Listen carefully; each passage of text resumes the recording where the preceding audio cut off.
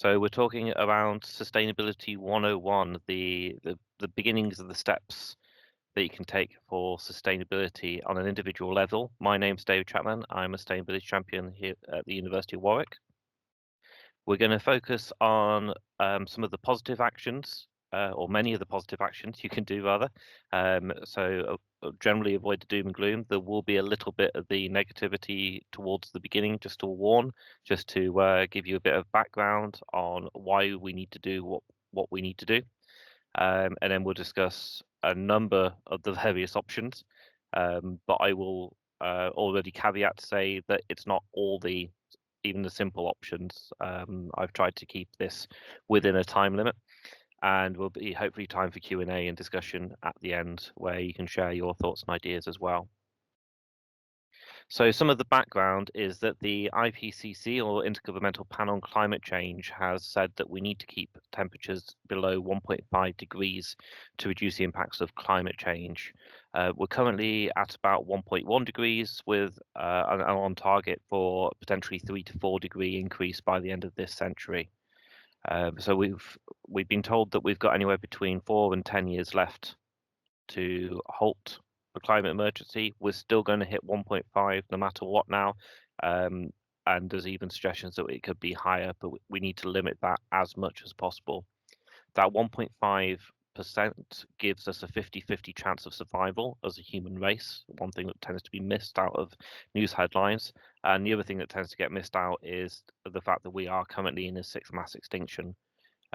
So we need to all rally together at all levels, from individual all the way up to high-end government, to tackle this. In the UK, so a lot of this talk is going to be quite UK focused, so I apologize for those outside of the UK, and you might have other things that you can do where you are locally that that maybe we can't do in the UK. So yeah, please do those. But in the UK, the government declared a climate emergency in 2019 and set out new net zero greenhouse gas emissions by 2050. In the Coventry and Warwickshire area, what do the temperatures locally, by temperature rising, mean locally? At 1.5 degrees, we're likely to get an increased and more erratic rainfall, leading to increased floods and impact water availability. A lot of people forget that Coventry actually has a river running underneath it. Warwickshire Wildlife Trust and other groups are trying to do a lot at the moment to educate people about this. The economic impact from frequent severe weather impacts and events. The climate change, as a whole, is going to, I mean, we've seen impact from COVID over the past year, and the impact of COVID is nothing compared to what we might see, or will see rather, with climate change.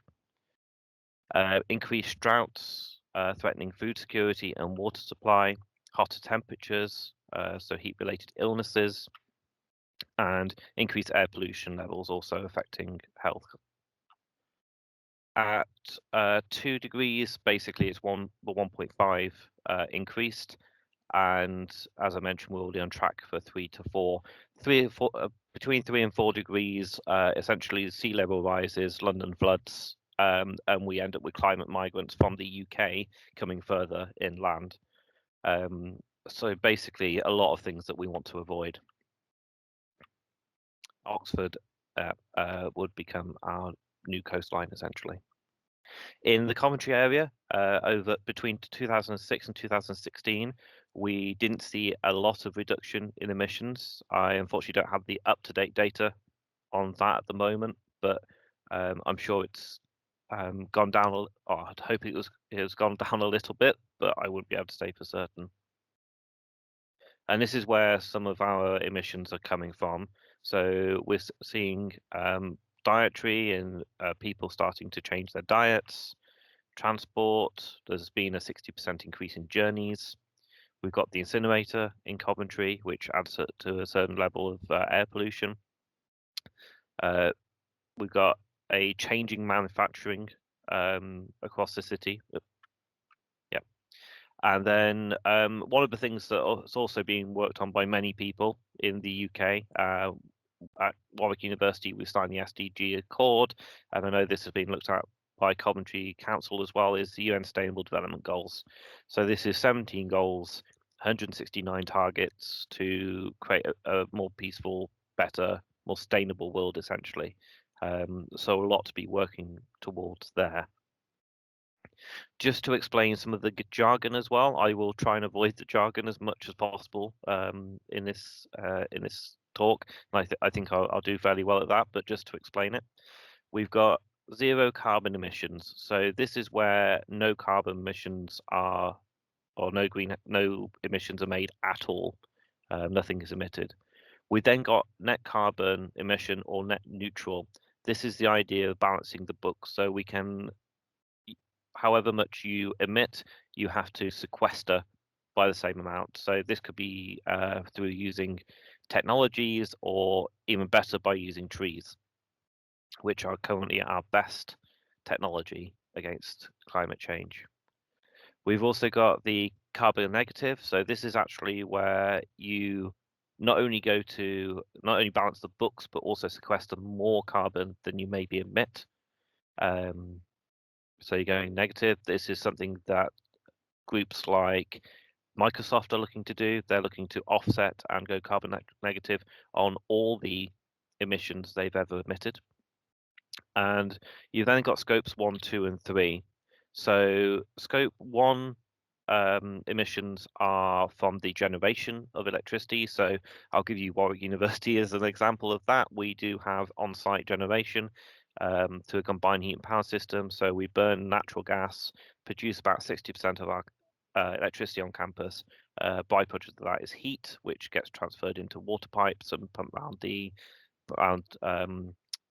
campus, providing hot water and heating for many of the buildings on site. So that's our scope 1. Our scope 2 is lights being on, that's computers being on, Warwick, things like lab equipment and our retail, things like that. And then scope 3 is anything to do with, normally with a business, because it exists. So again, in the case of Warwick, it's things like our waste being collected or deliveries coming to the university. It's staff travel, it's student commuting, it's things like that. So basically anything that happens, any emissions that happen because we exist, but are not directly under our control. The UK Committee on Climate Change reported a couple of years ago saying that the majority of actions will require behavioural changes. So this is societal and behavioural change. Is where 62% of change will come from. So moving on to what we can do. I've tried to make this a bit systemized, so hopefully this will make sense as we go through. But starting with water, and this tends to be an area that's generally forgotten by many people. So one is things like having a shorter shower, or having a shower rather, instead of a bath. It uses less water, especially if you keep it shorter. Generally, showers use 12 litres a minute. Some will use more. We've had that issue on campus where we've had up to 25 litres a minute being used. Those are now restricted down to 12 or even less. And yeah, so 1 minute saves about 12 litres. You can turn the tap off when you're brushing your teeth. You can also use a washing up bowl. I tend to find a lot of people tend to wash their dishes and just leave the tap running. If you use a washing up bowl, it saves a lot of water. You can also use a bowl to just kind of, obviously maybe not the same bowl, but wash your vegetables in. You can also use a dual flush function on toilets where it's available. You can use a dishwasher if you've got one. Generally, again, that uses less water because it's using water more efficiently. We've got I think the Australian saying, if it's yellow, let it mellow, if it's brown, flush it down. It's the idea of if you've just got a number one, so if you just peed, you just let it sit in the toilet, or if you've done a number two, then you flush it down out of respect for everybody else. This obviously depends on your personal circumstances as well. A good website to use is savewatersavemoney.co.uk. So you can head to this website, and basically it gives you a number of items that you can either pay for, or there's a number of items for free, in fact, from your local water supplier. They'll send that out and you can install them or use them, check if you've got leaks, things like that. So reduce the amount of water that you're using. If you need a cold drink, then I fully recommend using the cold water tap and filling a bottle of water and put it in the fridge.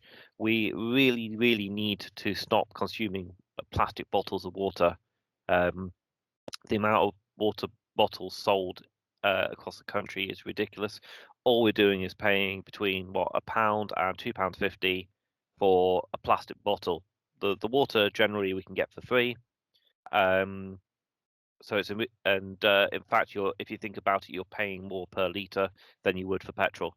So we really need to stop using the bottles of water.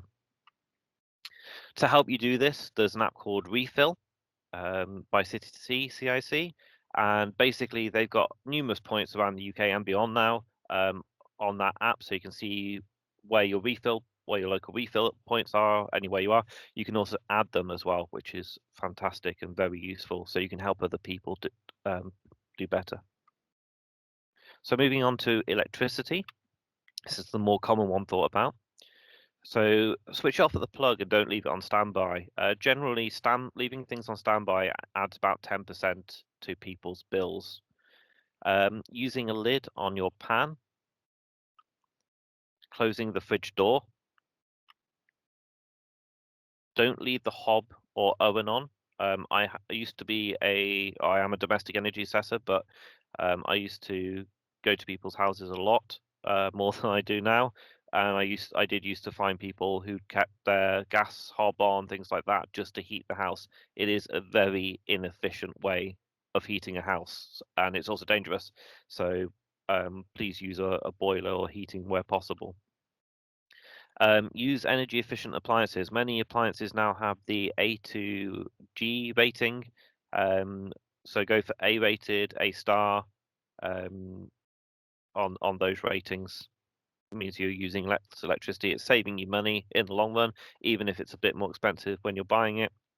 And you're using less electricity, which means you're using less carbon. Reduce the time that you're using things like hair dryers or electric heaters. So heating with electricity is very expensive and carbon intensive. Even if you used your hair dryer a third less, say, you would actually probably see it on your electricity bill. Only boil the water that you need. So fill the kettle to only the minimum line. Large washing loads on 30 degrees, but then wash occasionally. So I tend to wash everything at 30 degrees, and then occasionally I'll put things like my towels through it on the 60. That means the towels are extra clean, because obviously we've been having showers and baths and things, hopefully just showers. And it also means that it cleans the pipes and things out for the washer itself. A good one is to change your lighting to LED lighting. This uses a fraction, it's about 95% savings on energy per light. So all my lights in my house now use a fraction of just one of the bulbs that used to be in my house, basically, energy-wise. And keep things turned off between 4 and 7. Most fossil fuels will come on between 4 and 7 because that's when everybody normally gets home. Obviously, it's quite different at the moment, but everybody normally gets home for dinner, switches the kettle on, cooks dinner, things like that. So it's something to think about. If you can run your dishwasher or your washing machine overnight, then that's a really good thing to do. You can install an induction hob. These are more efficient and safer than normal electric hobs. And also related to the clothing, you can air dry clothing instead of using a dryer if you've got the availability to.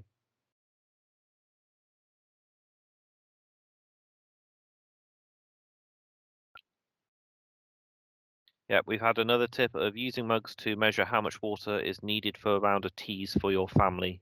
We're linked to the kettle as well, which is a good one. So measure your cups as they're going in, basically.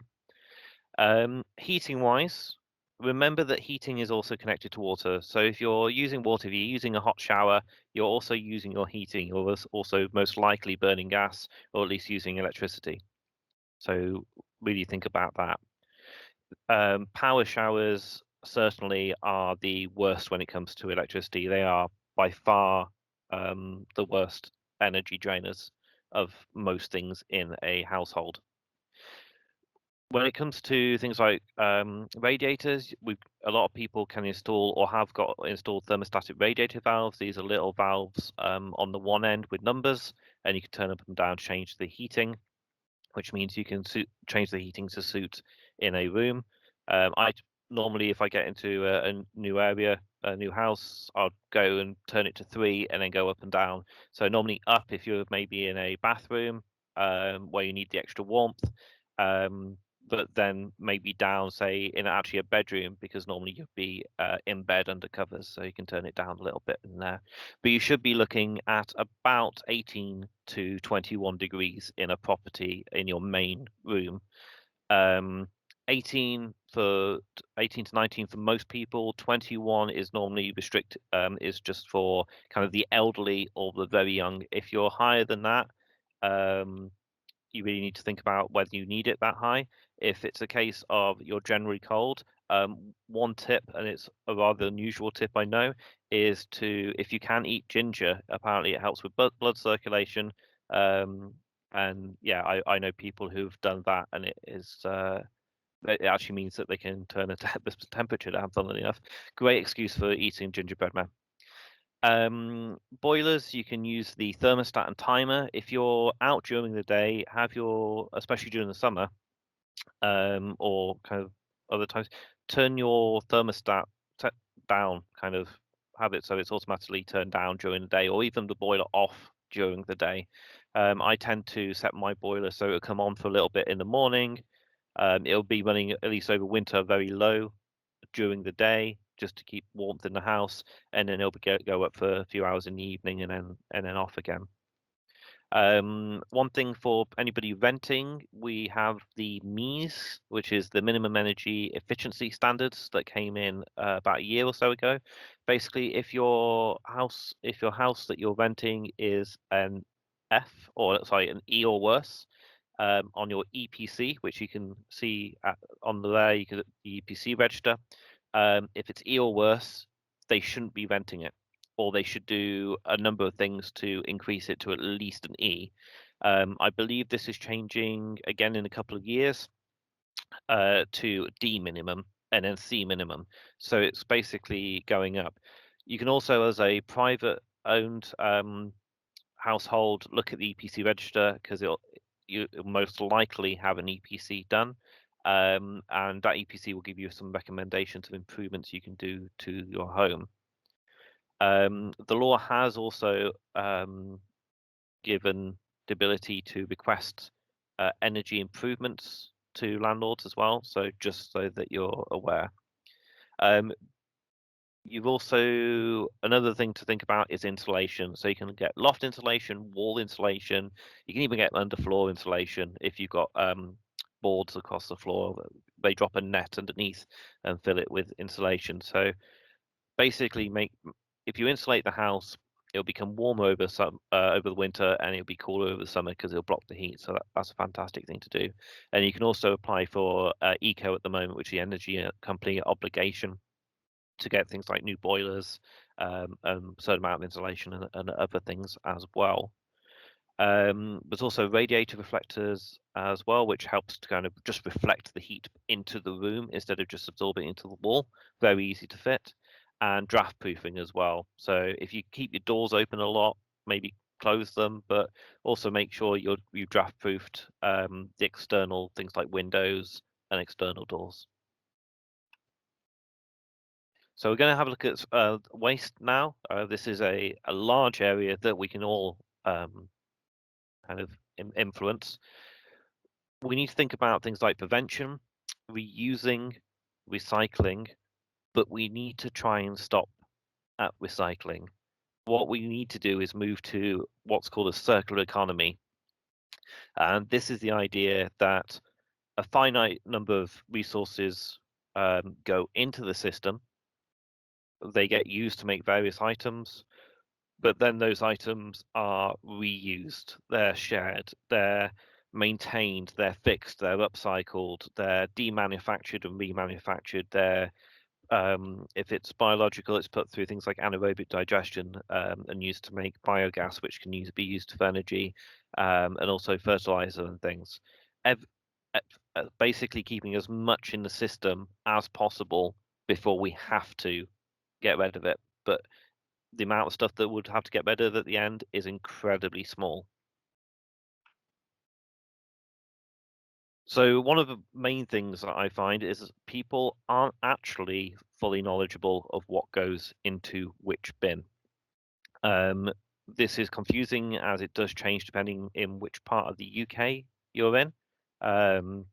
In Germany, as far as I'm aware, they've got one system across the entirety of Germany, which makes it a lot easier. But in the local area, some things to help you are an app called Your Rubbish, which is for Coventry residents. So you can download that. That tells you, you can put in your address. It tells you what day your bin's being collected, which bit and which bin, and also if you hit the bins themselves, it goes into telling you what goes in what bin. There's also a couple of recycling clubs locally, so that app connects to the Coventry Recycling Club, makes it easy. If you lost a bin or something, you can also report that. And in Warwickshire, they've got a similar club called Slim Your Bin, so I'd fully recommend hopping online and checking that out. So I'm just going to play a little game with you all. And in the chat, I just want you to answer a yes or no as to whether you think these items go in the recycling or not.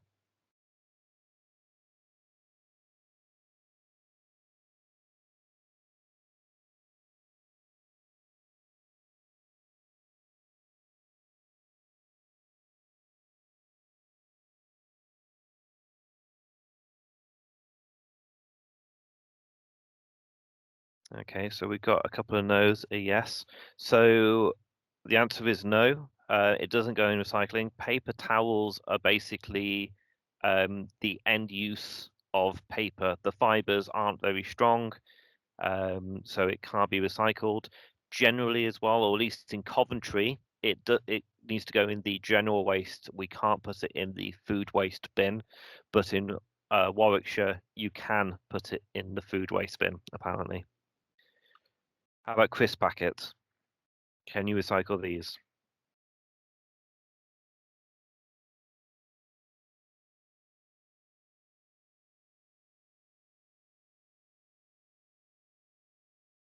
That's correct. So we've had a couple of people say no. So you can't recycle them how in your general bins. However, there are certain points, TerraCycle points across the region where you can take your crisp packets and recycle them. We have one at Warwick Students' Union when that reopens, and they are dotted across the area. So if you go on TerraCycle, you can actually find a map of where these points are. Disposable cups. So these are the sort that you get from Costa and Starbucks and all those coffee shops.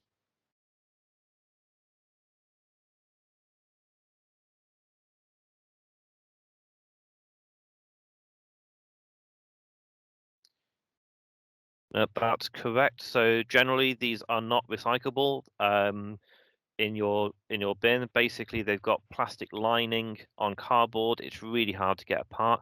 However, if you can take them back to, I believe, Starbucks and a couple of the places, I think Costa does actually do this as well, Nero, to be recycled through their single purpose area. So there's a specialized recycling project that deals with cups that they collect for. But yes, generally in a general recycling bin, you can't recycle them. Pizza boxes.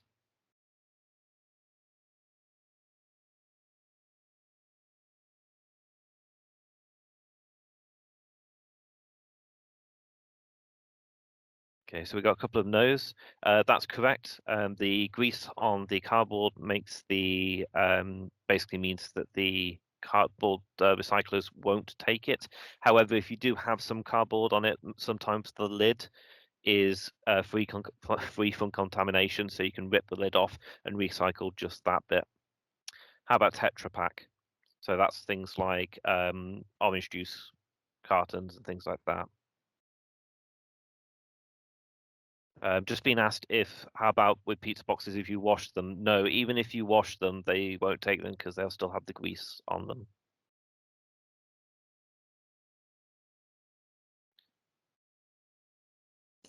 So Tetra Pak in Coventry can be recycled, but in Warwickshire cannot be recycled, at least for the most part. So depending on where you are, this is where I'm saying why I'm saying about the difference in areas, and you need to be aware of what you can and can't in your local area. How about egg boxes? I believe this is the last one.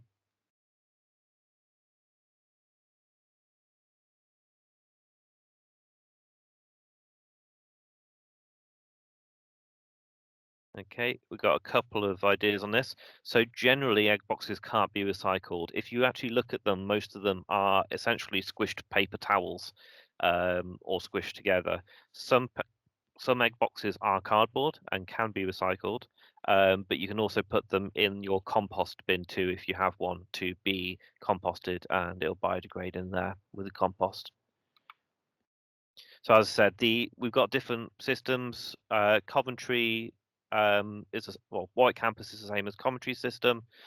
Leamington Spa actually has two systems across the area. There's 5 systems across the whole of Warwickshire, and there's many different systems across the UK and the world. So it's just worth knowing what you can, looking at the signage basically in your local areas to what you can and can't recycle.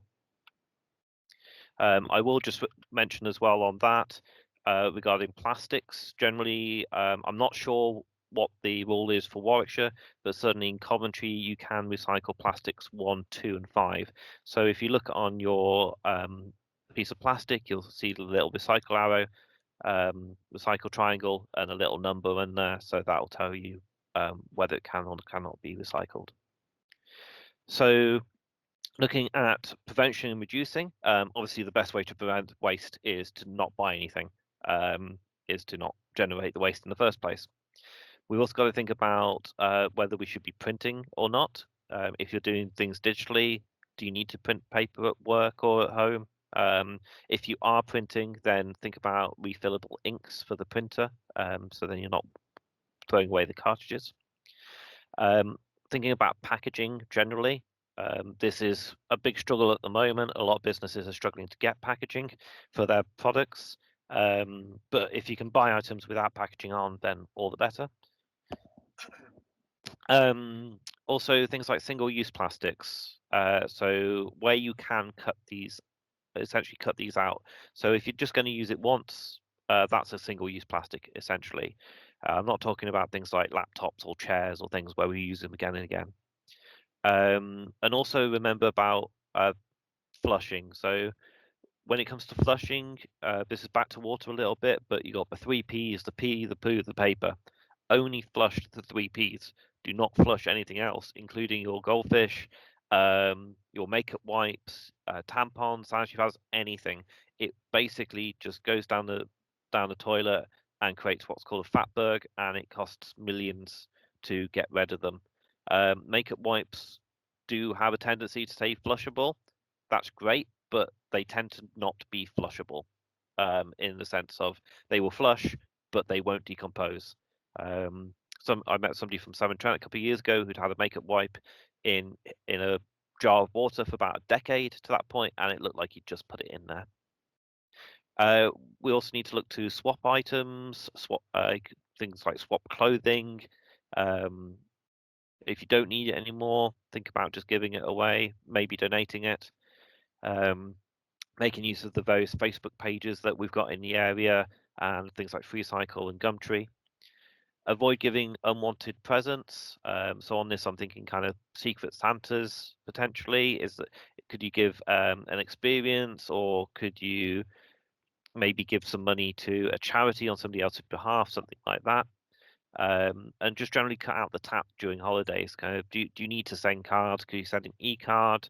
Think about kind of the amount of plastic and costumes waste from things like Halloween. Can you save those costumes for the next year instead of just throwing them away after that Halloween? And could you make your own crackers? Crackers are really easy to make, so could you make your own crackers with your own little gifts that you know people will like, and just small things like that. I tend to, for things like wrapping paper, actually use sometimes old newspaper, but generally brown uh, paper, postage paper, because that is fully recyclable, and a lot of wrapping paper isn't recyclable. And I use cards that have been sent to me previously. I cut them up and use those as my labels. Stop getting junk mail. So sign off those junk mail lists, and maybe put a sign outside the door saying no junk mail, please. That's both physical and digital. So think about what you're getting in your emails as well, because emails have a carbon footprint. And see if you can get books and magazines and things electronically instead. You can reuse items from takeaways, such as I use McFlurry spoons at home for eating yogurt, and Tupperware as well, making reuse of the ones from takeaways. And we can also make our own cleaning products as well. So just some water, vinegar, bicarb, and lemon in different ratios will actually make most cleaning products, which means you can avoid all the harmful chemicals. It cleans generally just as well. It's a lot cheaper, and you can make up. You can make new amounts up as you need it. Onto reuse. So as I said before, you can donate, sew and fix, repair items, anything from clothing to laptops. I've repaired a number of mobile phones just by watching YouTube videos on how to do it. It is there to do. You can also reuse clothes, buy second hand. We really need to cut out the fast fashion industry, and I'll come on to that later.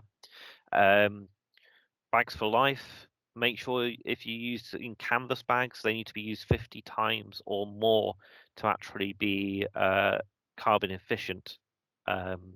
If you just use them once and then throw them, then you've wasted a lot of carbon there. You can switch a lot of things over as well. So things like safety razors. And I'm mentioning the pink tax here just because razors, things like calculators and all sorts, a lot of women will already note that if you buy the pink one of it, it tends to, or the kind of the female one, the female advertised one of it, it tends to cost more. The great thing about safety razors is they're for male and female. You just basically buy blades for them, so you've only got a piece of metal to recycle. It costs a fraction of the cost of buying a whole pack. So it's fully recyclable, fully reusable. It's fantastic. Reusable bottles for water and drinks, reusable coffee mugs and travel mugs. Great for, again, discounts at coffee shops now. Moving to things like bamboo toothbrushes. Also, zero waste shops and other places do sell kind of chewable tablets that act as your toothbrush. You got environmentally friendly loofahs, basically ones that are grown. Natural scrubbers for cleaning dishes, but also for removing your makeup as well. Moving to metal, glass, or silicone straws, or even bamboo, I believe now. There's a number of options out there. Moving to shampoo bars, so ditching all the plastic bottles you've got essentially in your bathroom. Reusable silicone cotton buds.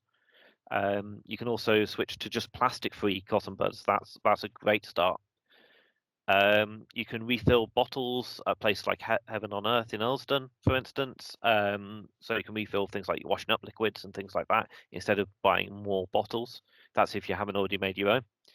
You can go environmental, so moving to washable sanitary pads, moon cups or diva cups, washable tampons and period packs. It's actually really easy to make your own washable sanitary pads. Literally, the amount of money that you could be saving every year by switching to those is amazing, and you just cut out your waste entirely. So fully recommend looking up all those options. Um, Modular phones. So think about what phone you're buying. Is it easy to fix? There's some certain products, brands, I won't name them because I don't want to get in trouble, which are notoriously hard to fix. But there's other ones like Fairphone, which is actually a modular system. You can take it apart really easily and just put new items in. Um, You've also got modular makeup kits. So instead of buying just whole packs, buy ones where they're modular system. So if you run out of color, you just buy that one color for that pack instead.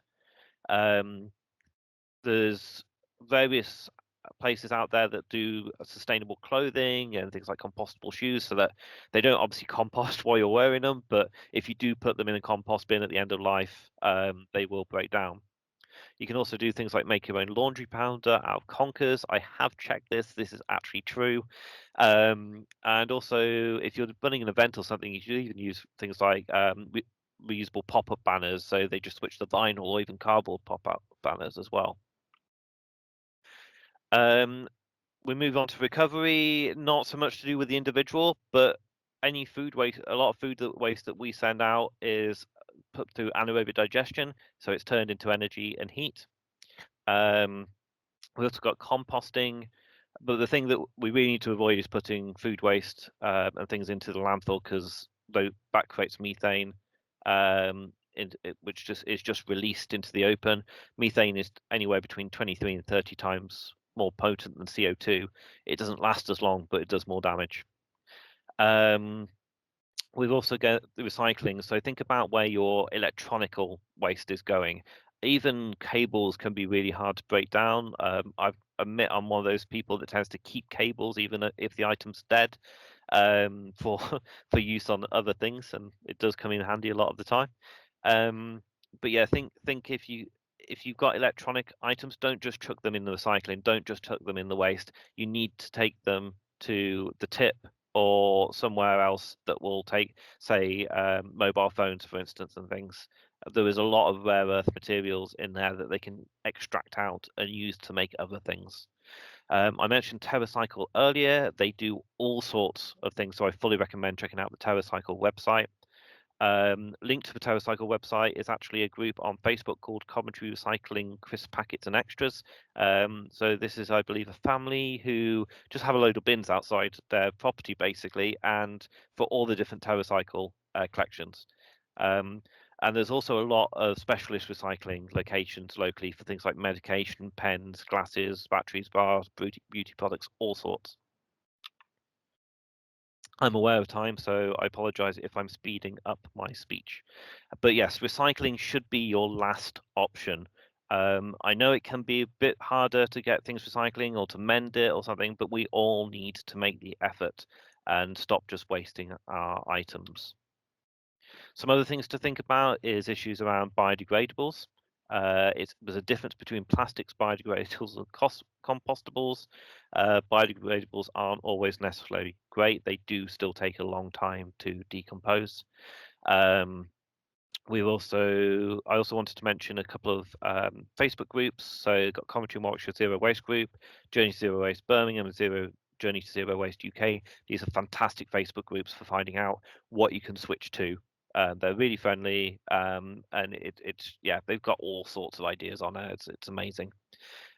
Also to mention, littering and fly tipping is illegal. I have seen an increase in this over the last year. I know the council are doing more to tackle it. There's a commentary litter group out there on Facebook now, looking for other people to join the various groups across Coventry and Warwickshire. Please get involved with your local group and let's help tackle this, because it'll just break down into things will just break down into the environment, and it's not good for the animals or nature. So talking on food, as food if food waste were a country, it would be the third largest polluter after the USA and China. The amount of food that we throw away globally is basically equivalent of planting all of China in crops and then just throwing it into the bin. And it's the third largest contributor globally to carbon emissions after kind of the energy sector and the transport sector. And the average family wastes about £60 worth of food a month. So on food, we need to think about our diets. I know this isn't particularly well. So this people sometimes go, "Oh, well, you want me to be vegan, vegetarian?" No, we just need to reduce the amount of meats we're eating. You don't have to go vegan, vegetarian. We just need to reduce. If you remember, some of you might remember 20, maybe 30 plus years ago, you used to maybe have chicken on a Sunday evening as your roast, and then that would feed you with meat for the rest of the week. Now you're maybe eating meat in nearly every meal of your day, potentially. So we really need to reduce how much we're eating of meat-wise. We need to look at our diets. We need to eat seasonally and locally. So as to reduce things like the food miles, so making sure we're not importing food from other countries and necessarily. Maybe move to plant-based milk. Oat tends to be better than soya, but you can also the benefits to oat milk is you can make your own. It's relatively easy to do. Just there's various YouTube videos for that. Switch to glass milk bottles. Glass is more recyclable. Glass makes glass. It's a lot better than the plastics. Grow your own herbs if you can. Buy loose fruit and veg. Then you don't have the plastic waste from that. And also make use of bags and boxes when you go to restaurants. It's a big thing in America, but apparently we don't do it as much over here in the UK. I found that if you've got stuff left on your plate at the end of a meal in a restaurant, I mean, you've paid for it. Why not take it home and make use of it? So ways to reduce food waste is to write a list before you go shopping. Don't shop when you're hungry. You're likely to just buy things because it looks good at the time. Buy from local enterprises and ethical businesses. Buy less and more often. Make use of the discount aisles and make use of your freezers and connected to that. You can buy some really cheap stuff sometimes and take it home and freeze it. And as I mentioned, the takeaway boxes. You can also batch cook. So if you cook a large meal, you can freeze the excess. You can plan your meals in order to not waste anything or donate food that you don't want or need anymore. Grow up and grow food at home. So just a very quick quiz. I'm aware of time. Yes or no in the chat for whether you can freeze these items.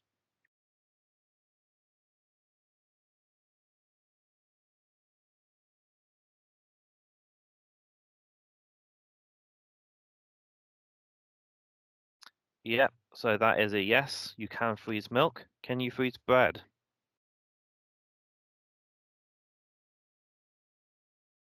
Yep, I will mention on the milk, you might need to shake it up when it comes out of the freezer. Sometimes splits depending on what sort of milk you got.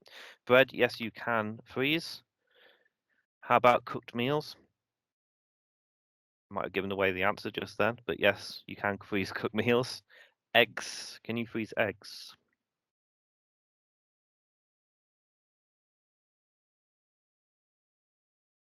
So the prevailing response is no. You can actually freeze eggs. I'd fully recommend YouTubing how you do this, but to get it right. But you can freeze eggs and rice, cooked rice.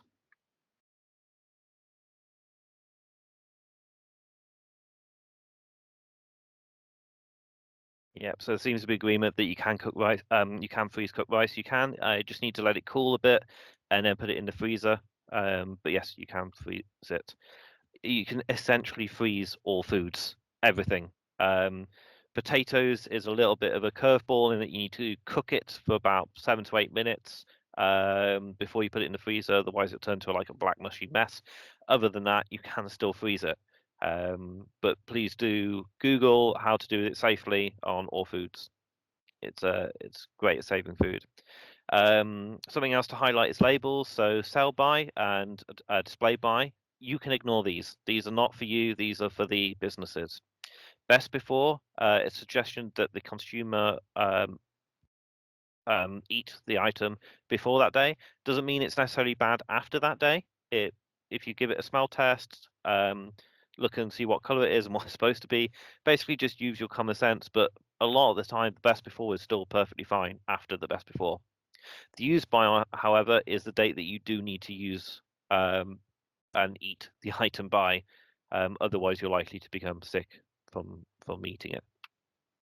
I'll just mention an app called Too Good To Go. So this is used quite a lot locally. It's becoming an increasingly used app at restaurants and other places. So basically, where they've got food surplus from, say, end of lunch or end of day, they sell it on at a much reduced rate, so as to cover their costs, and you get a bargain of a meal. Also got Olio as well. So if you've got food that you've bought by accident or too much, or you don't like it or something, you can also put other items on here as well. But you basically shove it on there, and people can come and pick it up for free. So make use.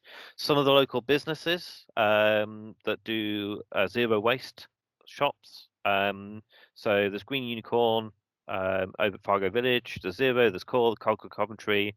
Reusables is great for changing, for like switching to reusable items. They've got a discount this week, which I think is Green Week 21, if I remember rightly, for the discount code. So make use of that. And there's also Clean Kilo in Birmingham, of which that's a picture you can see there. Basically, you've just got your jugs, your jars, everything else. It's the idea of reusing packaging instead of just going through packaging at a rate that we do. Also looking at biodiversity, we can plant pollinators, we can compost. So only obviously there might be some food left that you can't eat, like stalks and things. So compost that. Make use of the green surroundings that you have if you have them. It's important that we still connect with our nature. You can use coffee grounds on your gardens. There's something called permaculture I fully recommend looking into. Unfortunately, I don't have enough time at the moment to go through that, but that's essentially working with nature to grow things. Mention grow your own herbs and protect our trees. As I said earlier, this is literally the best technology we have against climate change, and too many of them are being chopped down. So if you can see a tree, if you can protect a tree, please do. It's really essential that we protect them. Travel and transport, you can walk, cycle, there's e-scooters. Remember, generally these are illegal except on use on private land or certain pilots. Warwick University is currently doing a pilot, but you have to have a driver's license to use it. I have seen people just out and about on the roads, technically illegal at the moment.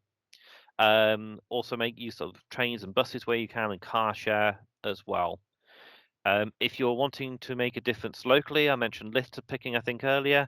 You can go plogging with some local groups. This is a Swedish idea, but it's the idea of running and litter picking at the same time. So great amount of exercise, making a difference locally.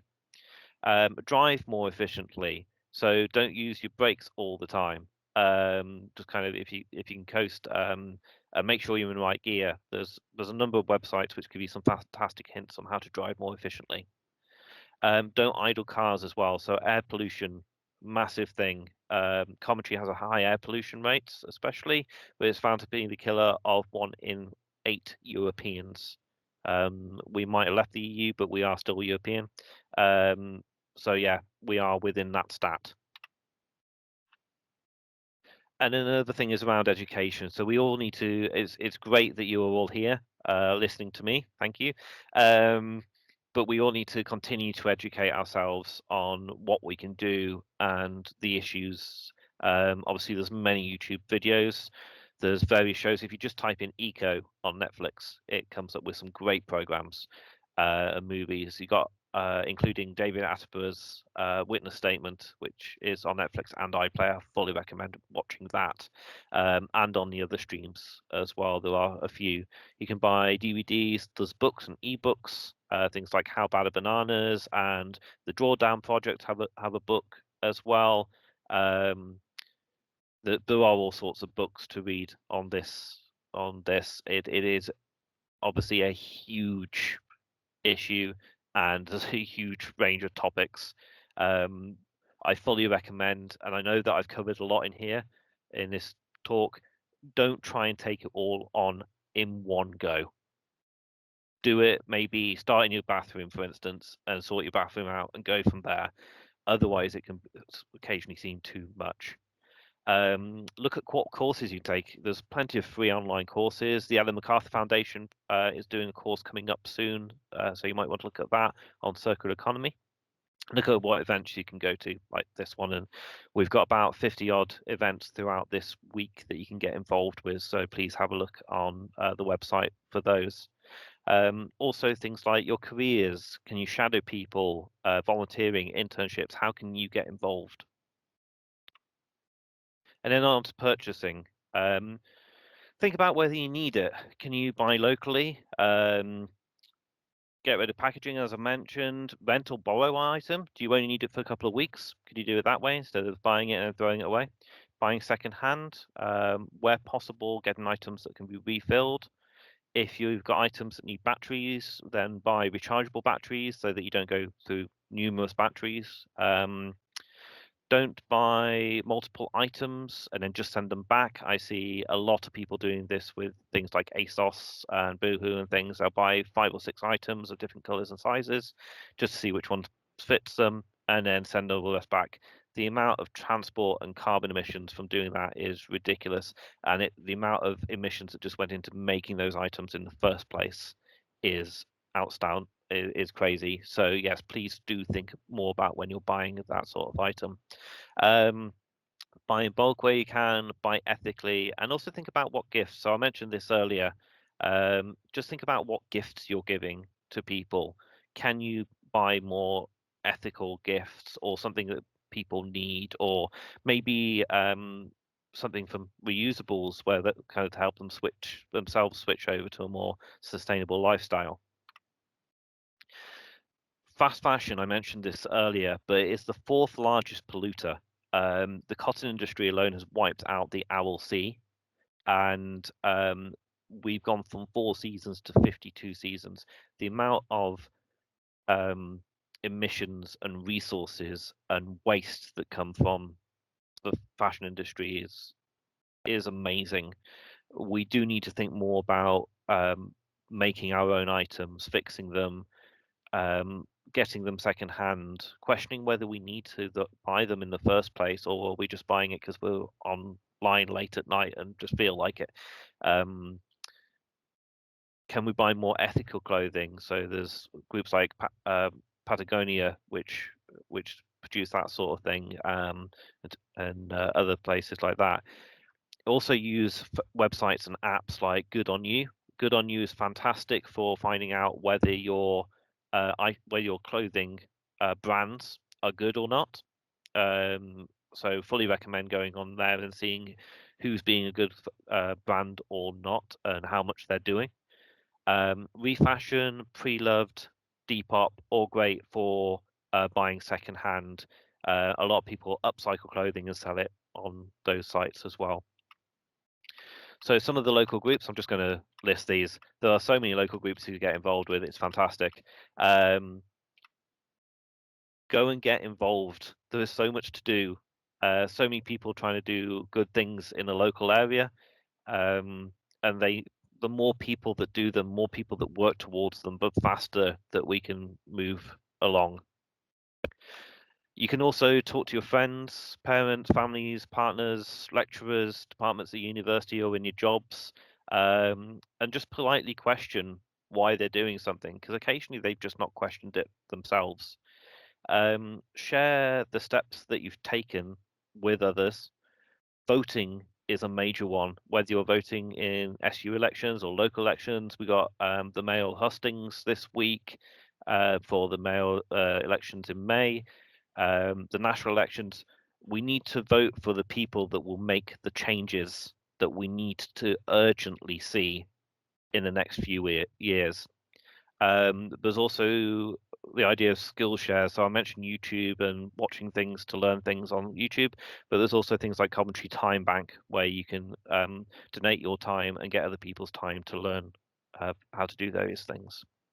I also mentioned Ecosia. So basically, you can search the web and they will plant trees for you. It's a great alternative to Google. But in summary, we all need to consume less. So if there's a way to consume less, do it. Just a quick exercise. If you can, or you can probably do it where you're sat, to be honest, just shake your arms out and cross your arms. Hopefully you can see me crossing my arms. I can't see my own webcam. Okay.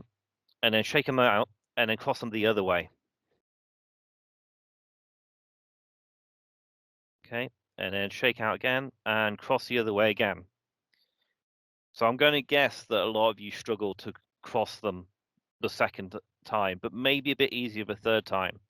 And this is what we call behavior change. The more you do it, the easier it will become. You just have to remember to keep on doing it. A Star Wars quote that I quite like, which works fantastically in this area, is unlearn what you've learned. We need to rethink about the systems that we're using. Just obviously a very quick, obvious plug is Green Week this week. So if you haven't checked out all the events, there are so many fantastic events. So hop along to those websites. The full list is on the main website with only partial list on the Facebook page. And we will move to discussion and Q&A. And please, yes, follow us on Warwick Uni Sust, or if you need any more information in the future, give us an email. So I'm just going to have a quick look in the chat box to see if there's any questions. I know there's been various hints and tips coming along as I've been talking. Yep, there's the refill box in Stratford as well. Thank you, Janet. So they are also a zero waste shop. Yeah, if you're composting, watch what you're putting in, as some materials take longer to break down. You can, some places do master composter courses, and you can also find out a lot online as well. So I fully recommend doing some research. Yeah, with regards to charity shops and other groups, so there's a lot of charity shops in the area you can buy secondhand from. There's also groups like Action 21 in Leamington that do various courses, I believe, and they've got the charity shop there. So if you're in the Leamington area, I'll definitely fully recommend hopping down and seeing them. Yep, and I believe that's everything. I am going to attempt a Sustainability 102 talk on Friday, basically looking at some of the next steps, some of the stuff that people either don't think about or maybe a little bit harder. So for those people that watch this and went, well, I've done a lot of that already, then hopefully that talk will be of help to you. Or some of you maybe want to just watch that for the sake of kind of knowing what's kind of going to be coming up for you next, as it were. But yeah, lots of events happening this week, and I hope you can all get involved. And thank you so much for attending today. Thank you all for coming, and have a good week.